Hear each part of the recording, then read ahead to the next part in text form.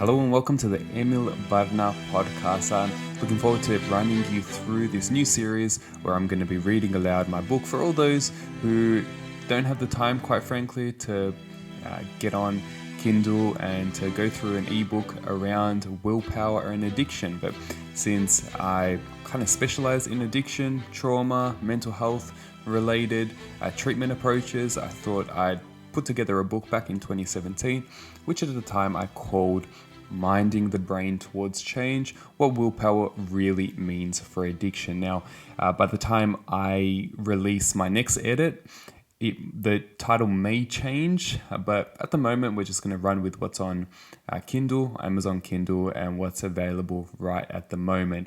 You'll notice that if you do purchase the book, the wording and the way that I've presented it in this podcast might be slightly different. I'm updating it as we speak, and I'll be putting together the most updated version on this podcast.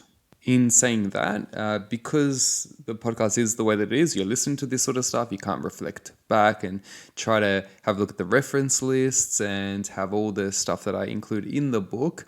I will be taking a few breaks and going back to the end notes or the footnotes if they're relevant within the body of the book, whereas in the actual book you'll find the end notes right at the back of the book. This podcast will kind of mingle them within the content of the chapters. So that's another thing that I would make reference to, along with if there's times where I take a bit of intermission and add any further comments from a lot of clinical experience after the book had been written that you will see in the podcast version of this book. So without hesitating any further, let's get on into it and we'll take it from there. The following quote is from the endorsements page. It's from Neil Levy, who's a PhD at the University of Oxford and is the author of books like Consciousness and Moral Responsibility. He talks a lot about the morality, the ethics. He's a bioethicist of certain areas within philosophy. And I gave him the book to review prior to self-publishing. And he said this: Emil Barna's experience as an addiction therapist and familiarity with a wide range of work in psychology and philosophy equips him to be an ideal guide to the interested reader or the person struggling with addiction and their families. This book helps all of us, addict and non-addict alike, better understand ourselves. Close quote. Now, this was a really exciting endorsement from Neil Levy, and he features in chapter 1 of the book where we talk about the brain disease model of addiction, a really fascinating exploration. Okay, so a little bit about the book details.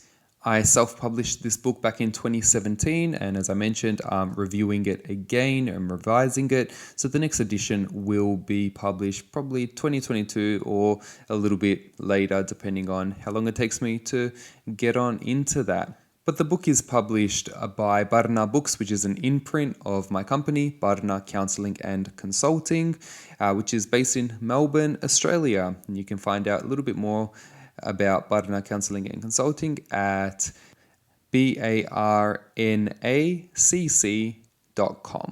So that's barnacc.com. My dedication reads, for everyone who has suffered through addiction. Preface. Once upon a time I heard Stephen King say something to the effect of, books begin as benign visuals manifested in thought, only to appear on a page years or even decades later.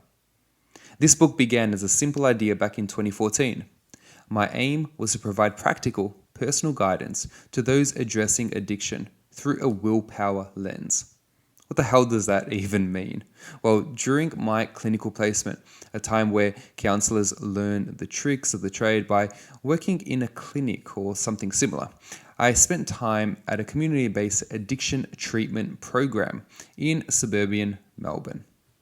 The alcohol and other drug, or AOD, service was located snugly between the local drug court and a bunch of ethnic department stores. I loved it there. The people frequenting this service were amongst the most neglected and stigmatized in society, who often enough came to therapy against their own will.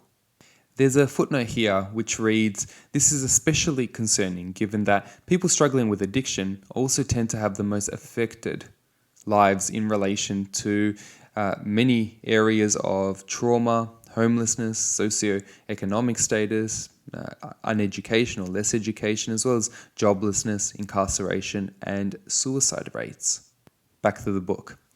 Having people in my own family who'd lost themselves in addiction, as well as now working in the field, it felt natural to put the proverbial pen to paper and write about it. One concept I kept revisiting was that of willpower, and we'll get to this shortly. It seemed only natural to address addiction through that lens. Thus, the writing began. My aim for this book is threefold. Number one, to make it relevant and accessible to the ordinary person who wants to learn a little more about how willpower relates to addiction. Two, if you're a therapist, teach you about the concept of willpower in therapy. And three, if you're the one with addiction, help you maximize your own willpower and free yourself. No pressure, right? Well, let's get into it.